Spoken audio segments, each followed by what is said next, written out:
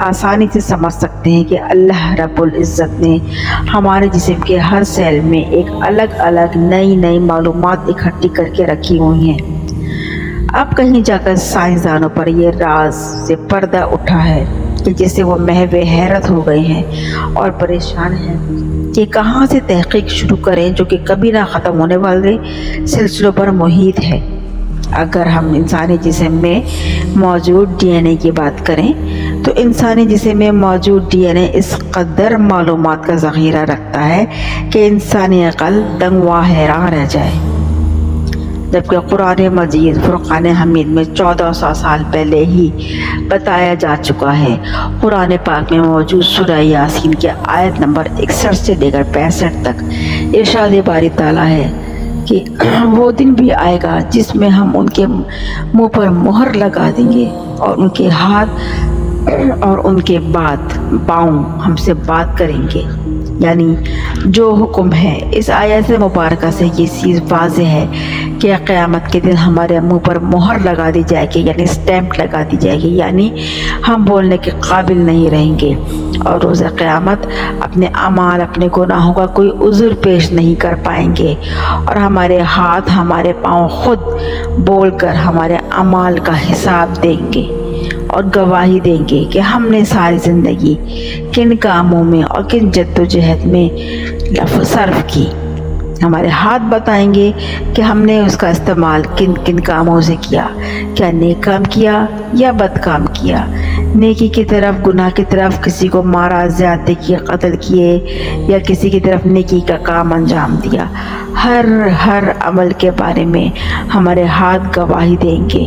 اسی طرح ہمارے پاؤں ہمارے بارے میں سب کچھ بتائیں گے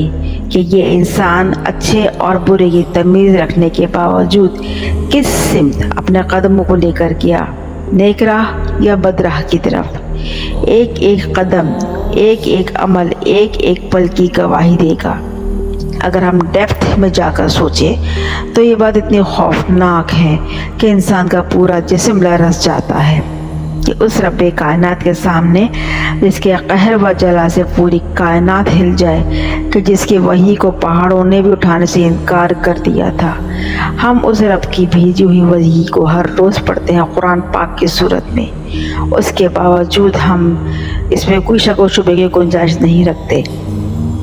دوسری طرف ہمارا علم یعنی سائنس، جو دراصل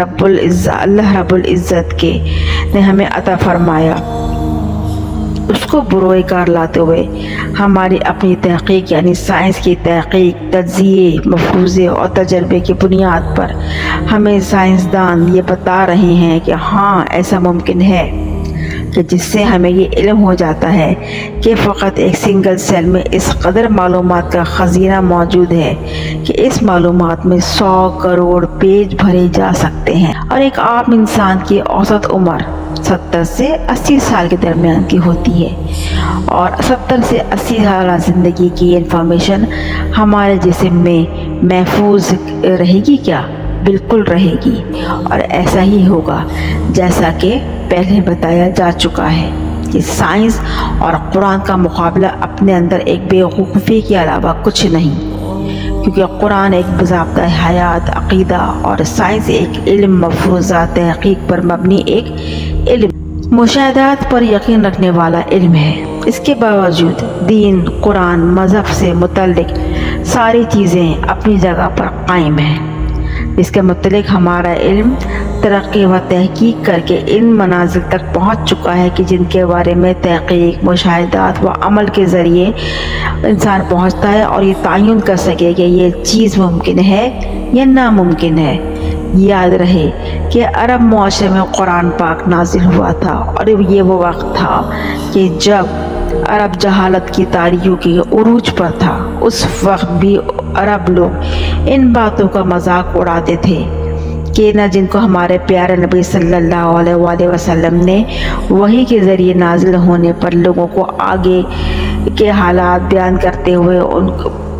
فرمایا کہ جب ہڈیاں ٹوٹ پھوٹ جائیں گی اور گوشت ہڈیوں سے جدا ہو جائے گا، لیکن وہ ماننے کو تیار نہیں تھے کہ تب یہ کیسے دوبارہ زندہ ہو سکتے ہیں۔ اور بالفرض اگر زندہ بھی ہو جائیں تو ہمارے اعضاء ہمارے خلاف کیسے بول سکتے ہیں؟ اور آج بھی قلیل معلومات میں اضافہ اور لوگوں کی ناقص معلومات اور ان کی اپنے ذات میں ایک ان کی متکبرانہ سوچ کے لحاظ سے آج بھی کہتے ہیں کہ یہ کیسے ممکن ہے؟ جناب، یہ ممکن ہے اور بالکل ممکن ہے، کیونکہ مادہ اور انرجی دونوں آپس میں سیم ہیں، دے آر بوتھ سیم۔ مادہ کو ہم انرجی میں بھی کنورٹ کر سکتے ہیں اور انرجی سے ہم مادہ بھی حاصل کر سکتے ہیں۔ جب صرف سمجھنے کی بات ہے کہ جب جسے مٹی ہو جاتا ہے تو مادہ ختم نہیں ہوتا، بلکہ وہ انرجی میں تبدیل ہو کر وہیں پر موجود رہتا ہے، یعنی ہماری ہڈیاں وہیں رہتی ہیں لاکھوں کروڑوں سال کے بعد بھی۔ آج ہمیں اگر مختلف جگہوں پر مختلف قوموں کے، ڈائناسورس کے، انسانوں کے اگر فاسلز ملے ہیں تو وہ ہڈیوں کی صورت میں ہی ملے ہیں۔ جب ہم تمام انسانوں کے پاس یہ محدود ٹیکنالوجی ہو سکتی ہے تو اس انرجی کو مادے اور مادے کو انرجی میں تبدیل کر سکتا ہے، تو پھر وہ ذات رب واحد رب العالمین جو اس کل ارض کائنات کا تخلیق کار ہے، کیا وہ ہمیں دوبارہ ہڈیوں کو زندہ سمیت زندہ کرنے پہ قادر نہیں ہے؟ بالکل ہے، کیونکہ روز قیامت یہی ہوگا کہ مرے ہوئے پھر سے زندہ ہوں گے، ان میں پھر سے روح پھونکی جائے گی اور پھر سے وہ زندہ ہو کے اللہ تعالیٰ کے حضور حاضر ہوں گے۔ قرآن پاک کو ہم جھٹلا نہیں سکتے، اور قرآن پاک امر ہے، اور جب قرآن پاک میں کہہ دیا گیا ہے کہ اعضاء ہاتھ اور پاؤں گواہی دیں گے، یعنی اللہ تعالیٰ سب کو پھر سے جوڑ کے جمع کر دے گا، تو پھر اس چیز سے انکاری ہونا فقط جہلیت اور گناہ کے علاوہ اور گمراہی کے علاوہ کچھ نہیں۔ اب جب کہ ہم جان چکے ہیں کہ ایک سنگل سیل میں کس قدر انفارمیشن پوشیدہ ہے کہ جسے جاننے کے لیے صدیاں درکار ہے، تو کیا ہمارا اللہ تعالیٰ ہمارے پوری زندگی کے داستان ہمارے اعضاء سے نہیں سن سکتا اور ہمارے جسمانی سیل سے نہیں سن سکتا؟ بالکل بالکل سن سکتا ہے۔ اگر ہم فقط ایک سیل سے یہ معلوم کر سکتے ہیں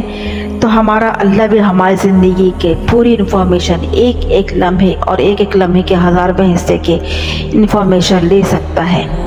اور اس پر قادر ہے۔ مقام عبرت اور افسوس کی بات تو یہ ہے کہ آج کے دور میں بھی ایسے لوگ شامل ہیں جنہوں نے اپنے ہاتھوں سے خود ہی تحقیق کی اور سب کچھ جانتے بوجھتے سمجھتے ہوئے بھی اللہ رب العزت اور دین کے حق کی اور قرآن پاک پر ایمان نہ لائے۔ اور کچھ لوگ ایسے بھی ہیں جو اگرچہ ایمان تو لیا ہے مگر روز محشر کے بارے میں آج بھی ان کے دل میں شکوک و شبہات موجود ہیں، جبکہ ہمارا دین شکوک و شبہات پر قائم نہیں، لاجک پر قائم نہیں، حق پر قائم ہے۔ جو بات طے ہو گئی سو ہو گئی، جو قرآن پاک میں اللہ تعالیٰ نے لکھ دی وہ قیامت تک لکھی رہے گی اور اس پہ ہمیں عمل کرنا ہے۔ یہ تحقیق مزید ایک سیل یعنی معلومات ڈی این اے کے ذریعے معلومات اکٹھی کر جب انسان کر سکتا ہے تو کیا ہمارا پاک رب کریم اللہ تعالیٰ کیا کیا معلومات حاصل کرنے پر قادر نہیں رکھ سکتا؟ ایک سیل تو صرف ایک جھلک ہے اس پاک رب کریم کی کبریائی کی، اور روز قیامت ہمارے اعضاء اور ہمارے ایک ایک خلیہ اور ہمارا ایک ایک ڈی این اے کا ایک ایک بات کی گواہی دے گا، اور ان سب کا پروف ہو جائے گا جو ہم اللہ تعالیٰ سے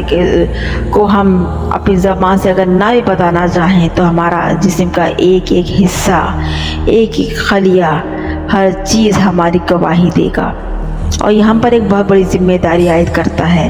کہ جب ہم ایک چیز کے بارے میں آگاہی ہو گئی ہے اور اتھینٹک طریقے سے یقین ہو گیا ہے کہ ایسا ہی ہونا ہے، تو پھر کیوں ہم ان چیزوں سے منکر ہو جاتے ہیں؟ کیوں ہم ان چیزوں کو اپنے اندر ایمان کے ساتھ قائم نہیں رکھتے؟